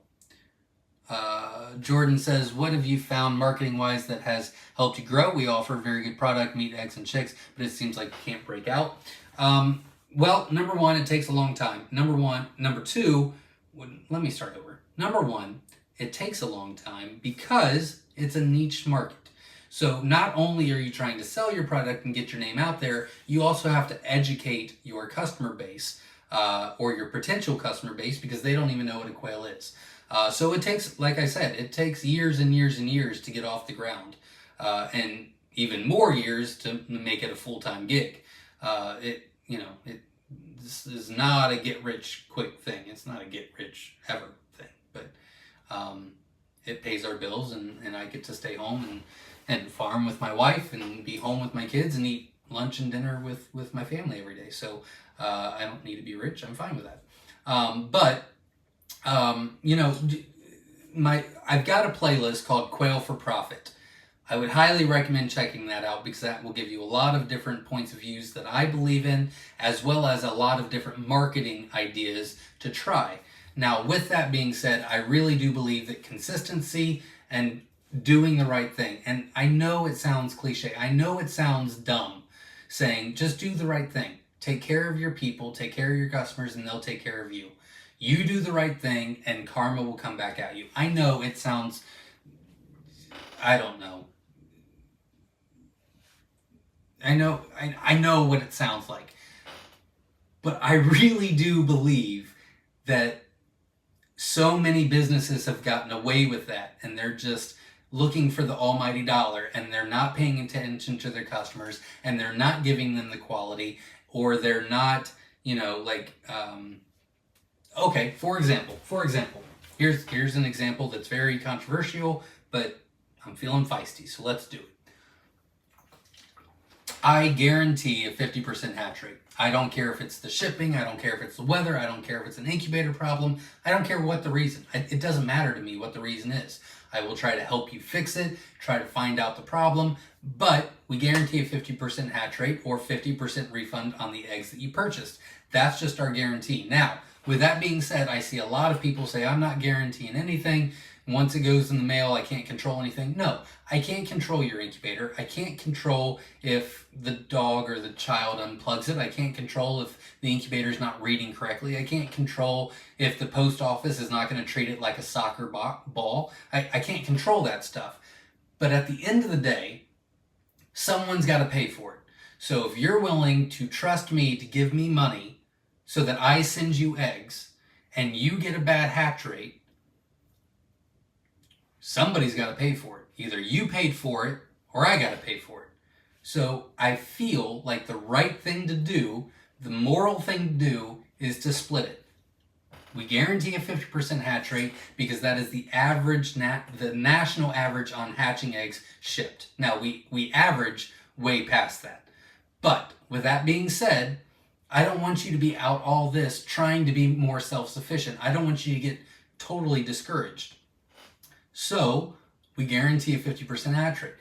Business-wise, it doesn't make sense because I could not guarantee the 50% hatch rate and probably still have the same business. But if I take care of you and if I'm fair with you, I believe in the long term, you're going to be more loyal to me and we can have a relationship. We can bond over that. Does that make sense? So sometimes the right monetary business decision is not the best customer loyalty business decision, in my opinion. Now, everybody does things differently. That's just my point. But when I say just do the right thing, take care of your people, I really mean stuff like that. So I know not everybody agrees with me. I know that I get a lot of hate. I don't want to say mail. I don't get mail. Sometimes I've gotten hate mail. Sometimes I've gotten hate emails. People are mean online. I mean, I don't care. I don't take it personally, and frankly, I don't care. I'm very good at that, of saying, all right, so you don't like me. But a lot of people talk crap, is what I'm trying to say, and stuff like that. But long story short, if you take care of people, people will come back to buy your stuff because they believe in you more, because they trust you more. And so I'm not saying that you have to do a guarantee. I know, especially starting out, the margins are slim. You don't have a lot of eggs. I get it.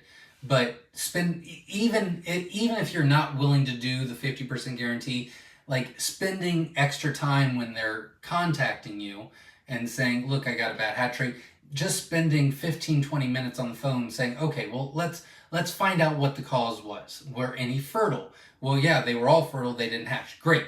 I know exactly what the problem is. Let's fix it so that going forward, you don't have that issue. It's a humidity issue. Or, no, none of them were fertile. Okay, let's test your incubator.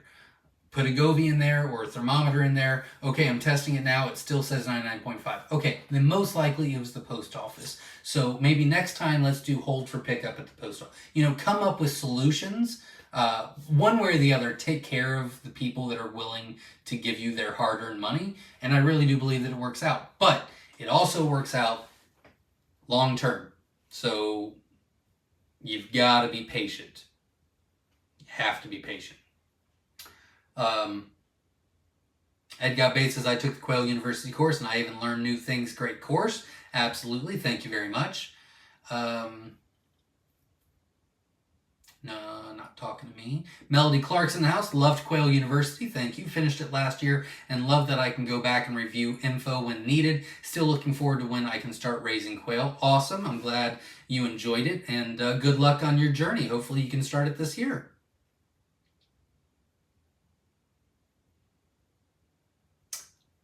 Nets Farm says 0 water at all, not even a lockdown. I received my eggs 0.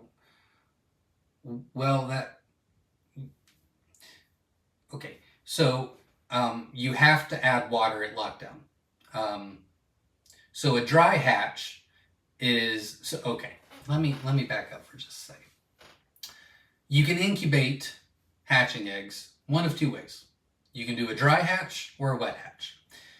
A dry hatch says that you keep your temperature in the incubator at 100.5 degrees the entire time, and you do not worry about what the humidity says during the incubation process.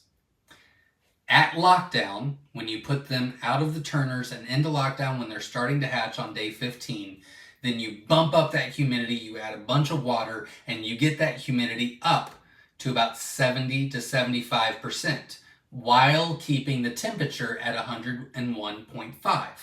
That is a dry hatch.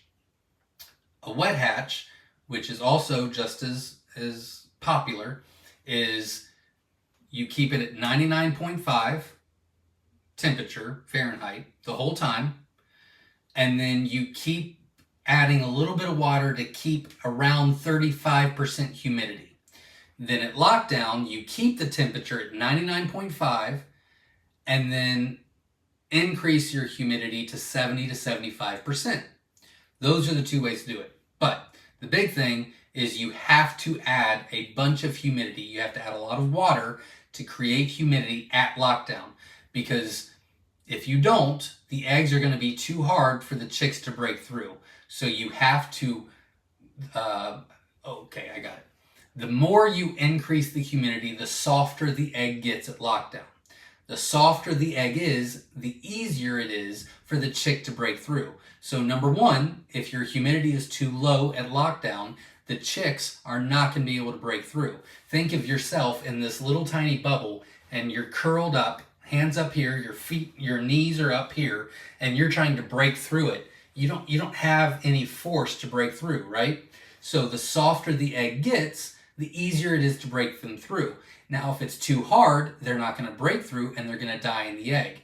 Now, another issue is if the humidity's okay, but it wasn't high enough and they do break through, you could have a bunch of them that just used all of their energy to break through and not enough to survive and thrive. So the reason the humidity is very, very important at lockdown, so that you soften the egg so it's easier for them to hatch out, so they are better equipped to run around and be crazy the first couple of days of life.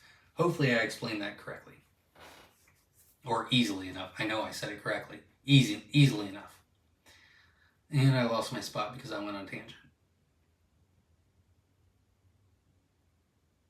Melody says, I do have an incubator and actually hatched a few quail last spring, but wasn't able to keep them. Doing the hatching is what got me hooked. There you go. Hatching can be addicting, so be warned. I warned you. James Wild says, I have an extra pen capable of fitting 50 birds, but I want to be efficient in making sure my females are all getting serviced. I don't want wasted incubator space or stressed birds. As long you can put all 50 in there, as long as it's 5 hens to 1 male, 3 quail per square foot, 16 to 18 hours of light a day, and always have food and water. They never run out. And if you've got a 5-to-1 ratio, or even a 4-to-1 ratio, they'll be serviced. Believe you me. The males will get to each and every one of them. I mean, not every male will get to each and every one of them, but there will be a male that mates with every single hen. That's not how I want to say it either. All the hens will be mated by the end of the day by a male. Whew, I have no idea why that was so difficult for me to say. Andy Rabbit's in the house. Says hello, welcome. We're glad you're here. Neil says, oh, you're not talking to me. Short Pickens Quail's in the house.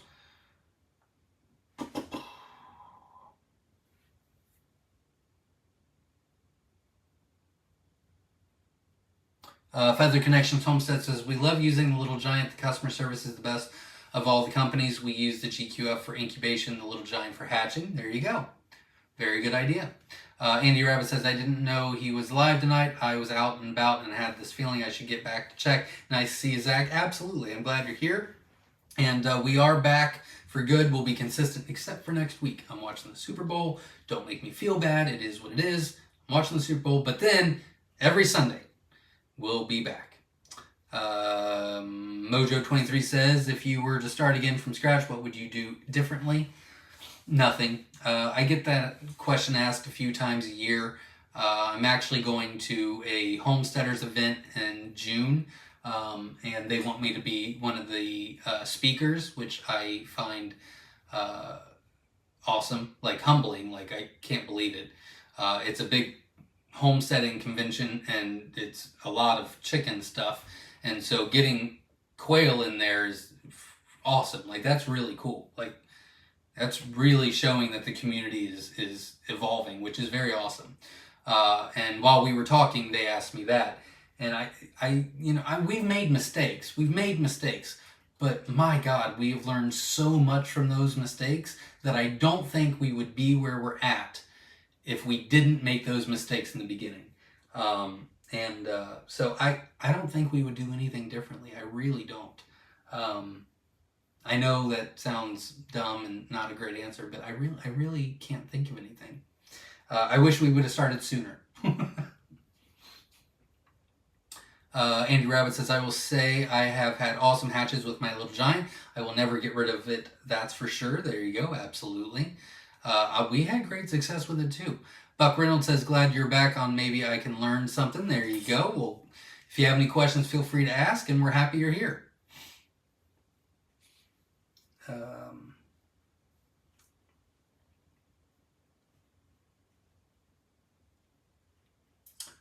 John F. is in the house. Welcome. We're glad you're here.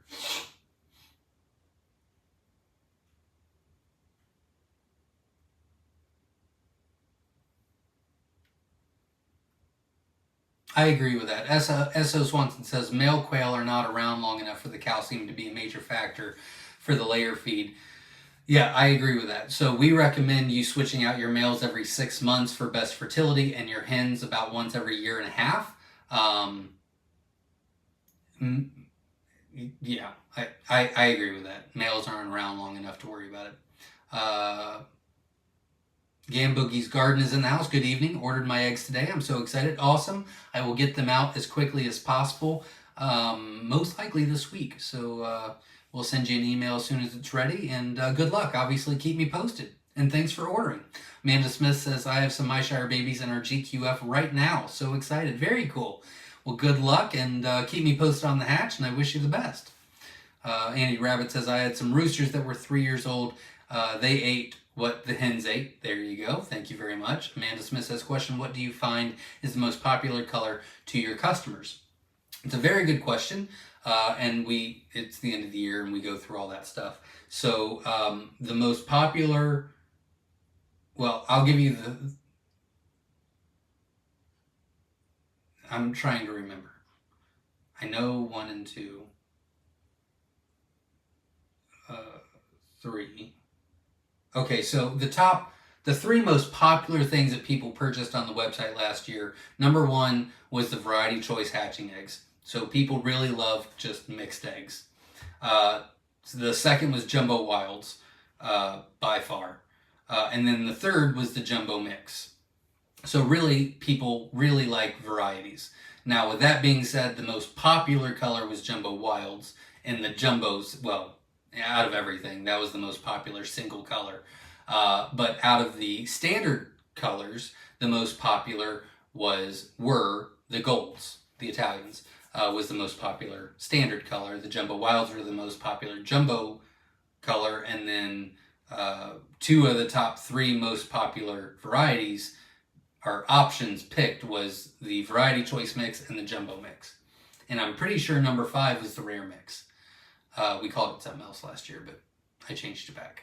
Feather Connections Homestead says, thank you for addressing the quail for profit thing. Too many jerks trying to make a quick buck, and I'm tired of dealing with those people. There you go. Ryan says, you said dust baths were really bad for you. What were the main problems?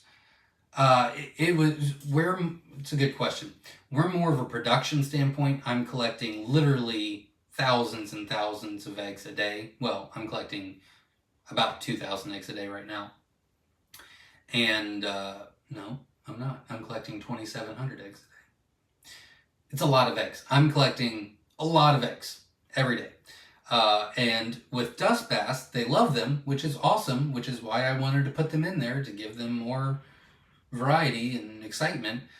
They like to lay in the dust the dust baths, and that means I had to open every stupid single freaking cage and collect all these eggs, and then birds are trying to jump out, and so I'm like, get back in there, get back in there. And then some of them are kind of nasty because they've been pooped on and then sands on them, and it was, if you've got a small covey, I think it's great. The quail will love it. I've got 74 cages, and each one of them have 2 doors on it. So whatever 74 times 2 is how many doors I have to open to get the eggs every day. And wow, was it awful. So it just didn't work for me. I think it's a great idea. I do not want to turn anybody away from that. I think it's awesome. Just does not work for my setup at all. Hopefully I explained that well enough. Yeah, I think it's great. Just did not work for me.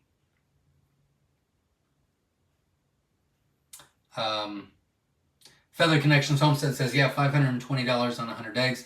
That situation should have had a hatch rate guarantee. I bet not even 10 hatch. I know you know the situation I'm speaking of. Paying $520 on 100 eggs would be a little, dear God, who would do that? Who would allow that? That would be a little insane. Amanda Smith says, totally agree on the 50% made me loyal. There you go. Thank you very much. Battleborn Urban Farm says, when we were in Ohio, we told people we were here and a bunch of crazy quail people at Myshire Quail Farm. Everyone said, oh, we know them, or heard they were great. Word of the mouth is very important. It is. And I do believe that, well, you have to have quality, and you have to give it your all. You have to give it 100%. But you've got to take care of your people. My God, the first 3 years we were in business, we were negative. I was working 80 hours a week to support my family and pay for the quail business. Like, we had to make people understand, or let people have the chance to know that we're here for you. You know what I mean? Like, it takes a long time to do the right thing. But we're very focused and do it purposefully to take our time to do things right and to do things right. Adam Mark says, did all the current quail varieties come from one single variety? No. Dear God, no. Nope. A lot of different varieties. Chase says, what do you think about hatching time incubators? I've never tried them, unfortunately.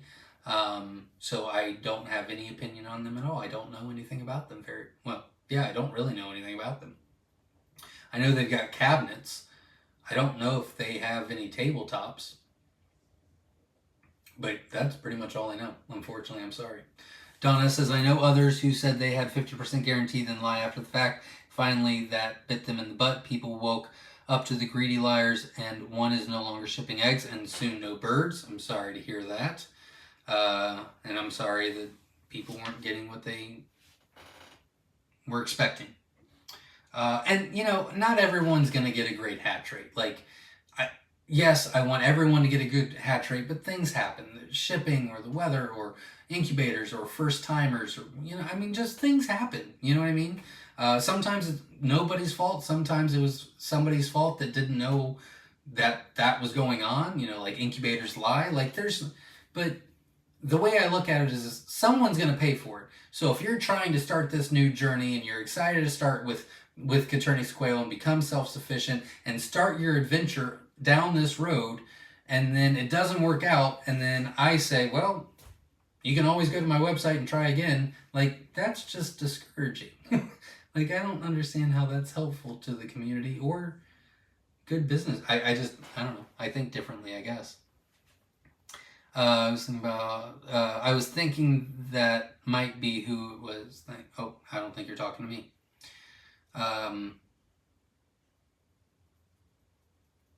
TM's in the house. Hello, everyone. Long time no see. It's been a while. Thanks for showing up.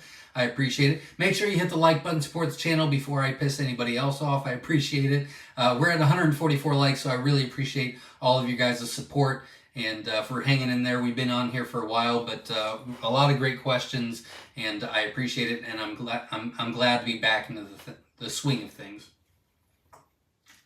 My throat's gonna take a couple weeks to get used to it again. Petamal Farm says, I've taken my cue from you. I've spent countless hours taking text calls and emails, assisting others who just want advice. though they've never purchased a thing, you paid it forward community rules. Absolutely. Agree 100%. And yeah, agree 100%. What is all this dragon stuff? I don't know what that means. I'm out of the loop.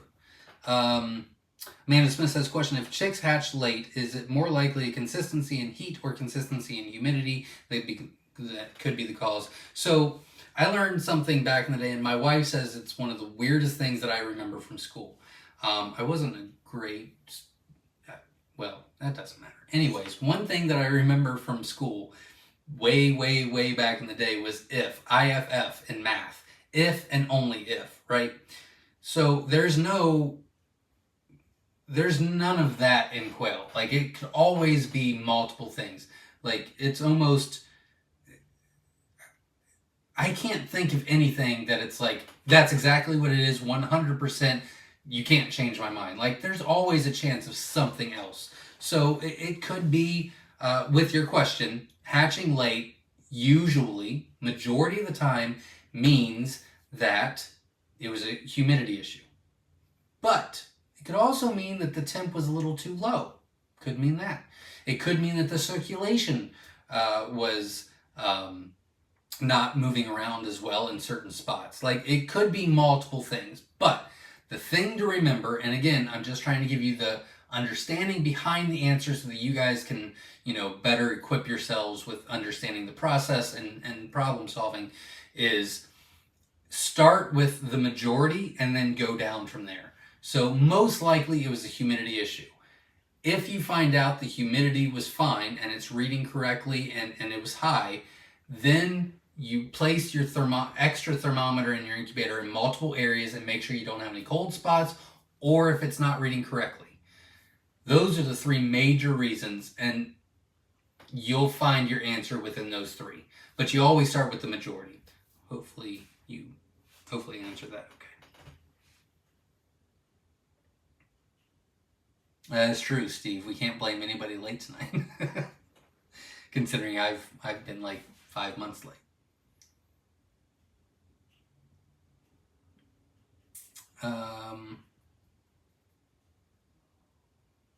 Bob Cole says, I have found ThermPro more accurate than Govee. There you go. As long as you find something that you like, that is okay with me.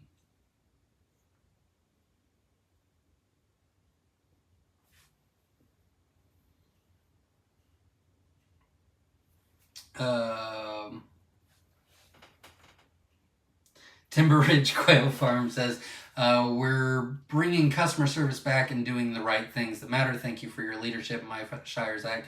Thank you very much. Good luck. I wish you all the best. And yeah, I really do think that the more people that do the right things, the more we can change the culture of business overall. It's a trickle-down effect kind of thing. Or trickle up, because I would say we're probably at the lower end of the totem pole as far as our niche market. But hopefully we inspire others to do the right thing.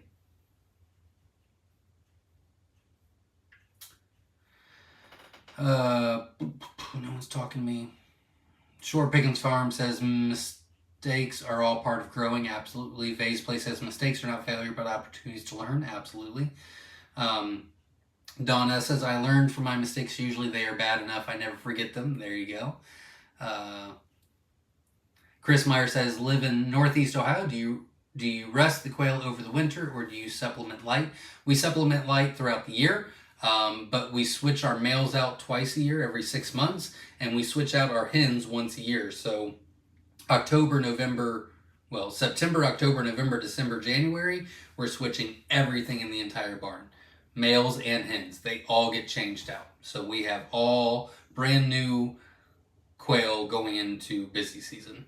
Mojo23 says, when would be a good time to ship to Wisconsin? It has been a very mild winter, but it's still in the 30s. Not a big deal. We use extremely, we double box. We use special foamers, and then we insulate, and then they're collected the same day as laid, so they're fresh eggs. And, someone just gave us a hatch rate tonight of 46 out of 50 and 45 out of 50. So whenever you're ready, we're here for you.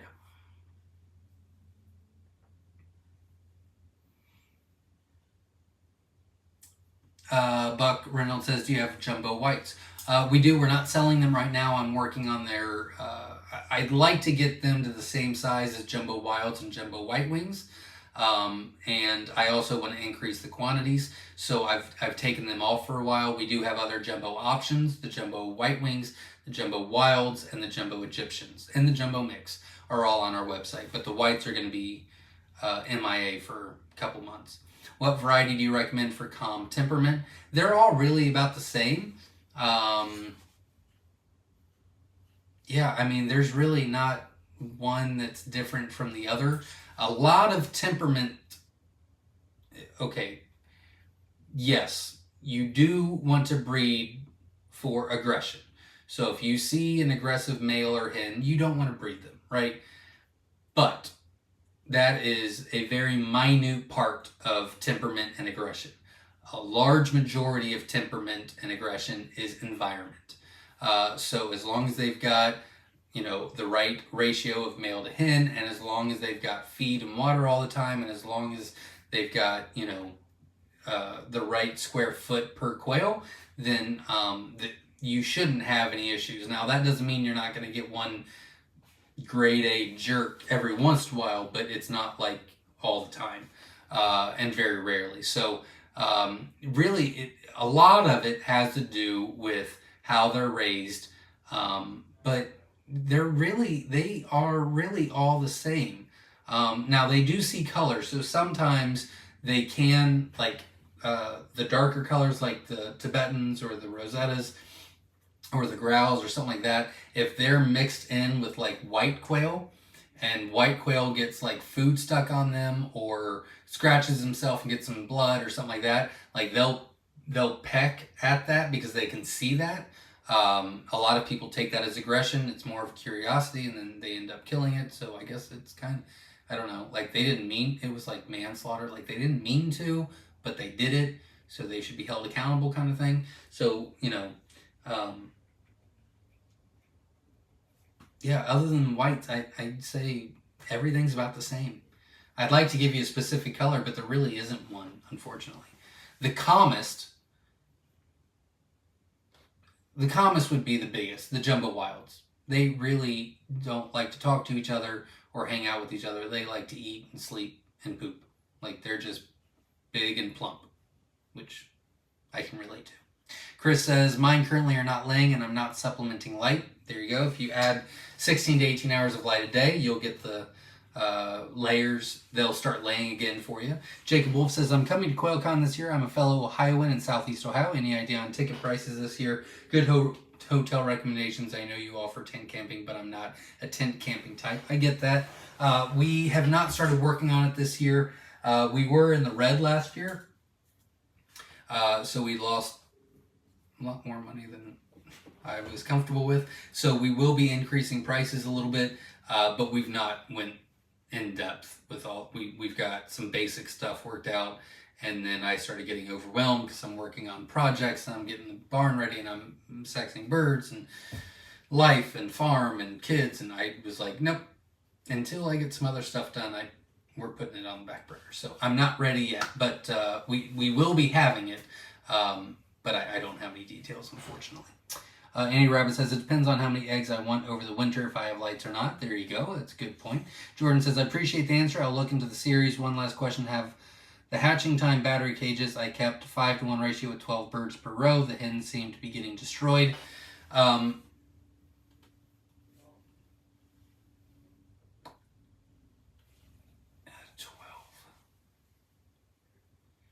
So you had 10 and 2. I don't remember the dimensions of those cages. We had one time, and then it fell over, and so now we don't use it.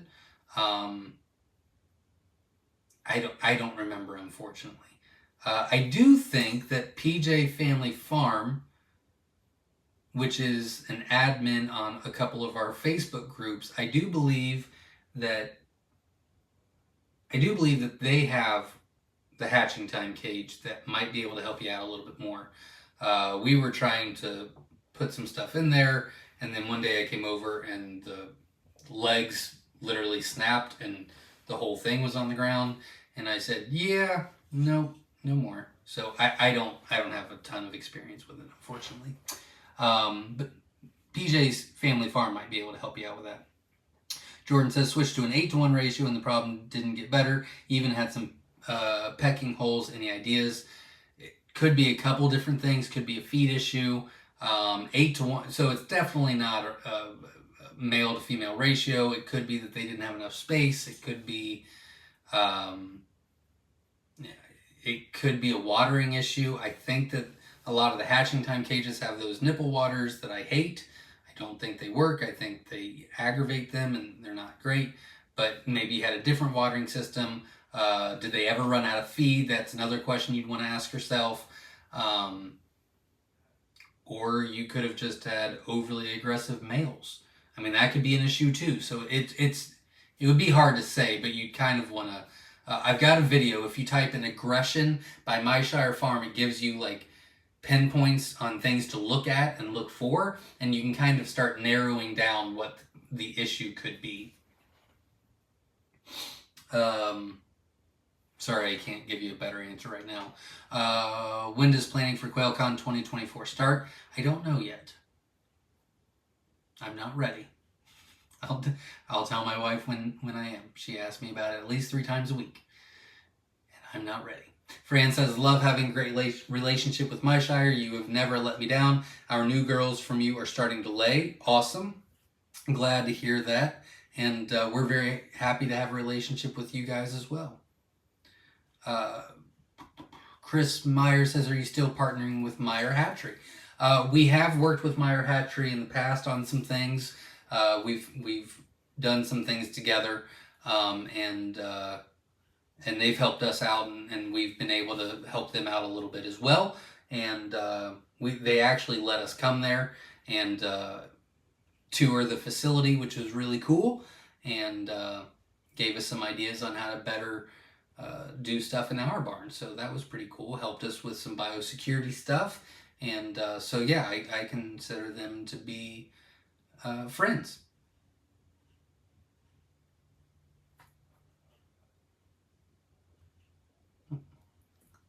I'm not going to read that, S.O. Swanson.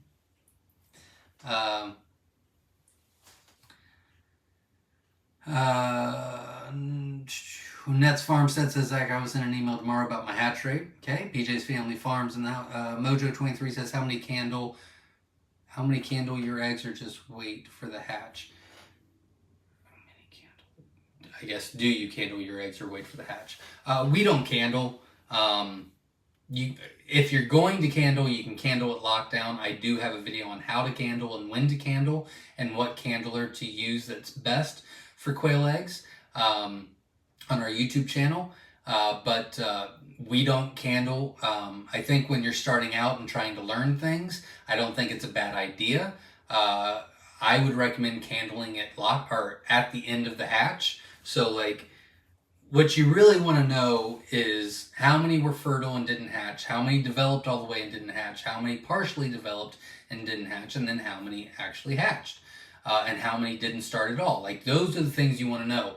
But whether you're doing that at lockdown or you're doing it at the end, it's not going to change the outcome of your hatch at all. So instead of, opening them up and changing the temp and, having to get the incubator back in, I always recommend to do it afterwards to start learning, what all those would be my recommendation. Amanda Smith says, question, I ordered Cosmos. They are so beautiful. Is it best to breed them to each other to make more or breed back to another particular color? Nope, breed them together. They're completely fine. We take that out of it. You can breed them together for 3+ years before you need to introduce anything else. So you are good to go. You don't need to worry about that at all. Good question. And yes, the Cosmos are gorgeous. Andy Rabbit says, I candle at lockdown. I want to know what the possibilities are to hatch. Yep. And that's okay too. I don't think there's anything wrong with that either.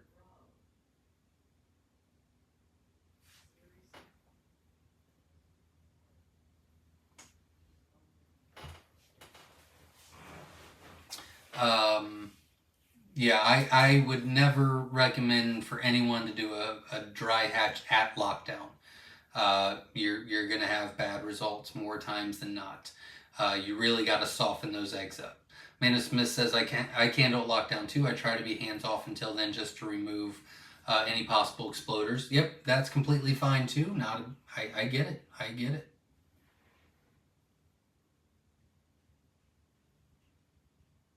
RW Play Studio says, just ordered a batch of celadon eggs. Can't wait.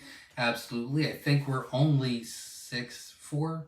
I think we're only 4 days behind. So obviously, last time I looked was about 7 o'clock this morning, but I'll do orders from today to tomorrow, and we'll get you out sooner rather than later.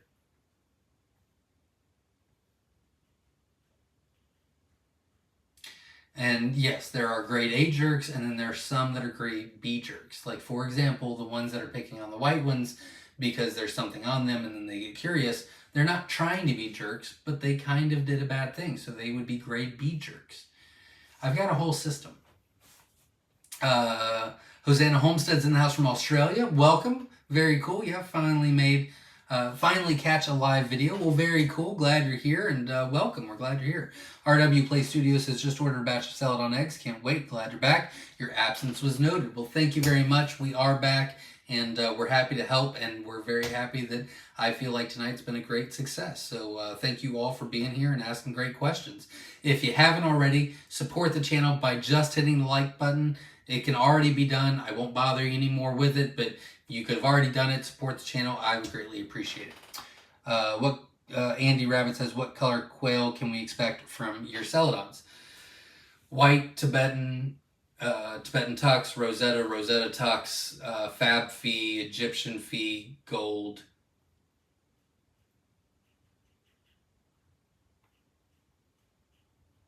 I feel like there was another one, but now I forget. Oh, I do have some growls. I don't think I mentioned that earlier. There are some growl fees in there too. I've really tried to add the fee gene to it because obviously you get so much cooler colors out of that and such a variety. So, I mean, quite a bit, to be honest. David Cobb says, wanted to thank you for the help when it took the USPS 12 days to get to the eggs to me. Still got a 46% hatch rate, and the replacement eggs you sent me got going to lockdown tomorrow. Awesome. Well, good luck, and we wish you the best. Hosanna Homestead says, I'm trying to find the best way to use incubator and heat lamp or pad being 100% off grid. I hear that.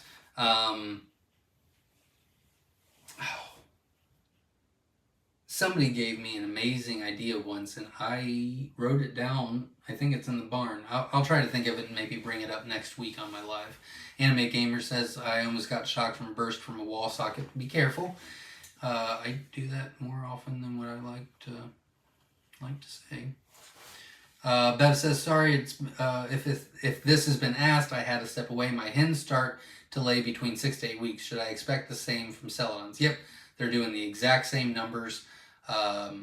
Yeah, they're laying a little less than 300 eggs a year, so I need to work on that, but I think that's still a projection, so hopefully that picks up a little bit since we're a couple generations in. But they're still getting, like, they're more productive than jumbos, but not as much as like the Rosettas and Tibetans. I'd like them to be a very productive egg layer. The size is around 9 to 9.5 weeks. And yeah, they're laying at 6 to 8 weeks old, and everything else is fine. And we haven't had one deformity. We haven't had one we've had to put down because it wasn't right. We did have two that had wry neck, but I had a humidity issue that week, so that was the cause of that. But yeah, 6 to 8 weeks, and everything's the exact same to raise them. Melody says, are any of the jumbo quail feathers sexable? Yes. All of them on the website right now are feather sexable. The jumbo Egyptians, jumbo white wings, jumbo wilds are all feather sexable. Absolutely.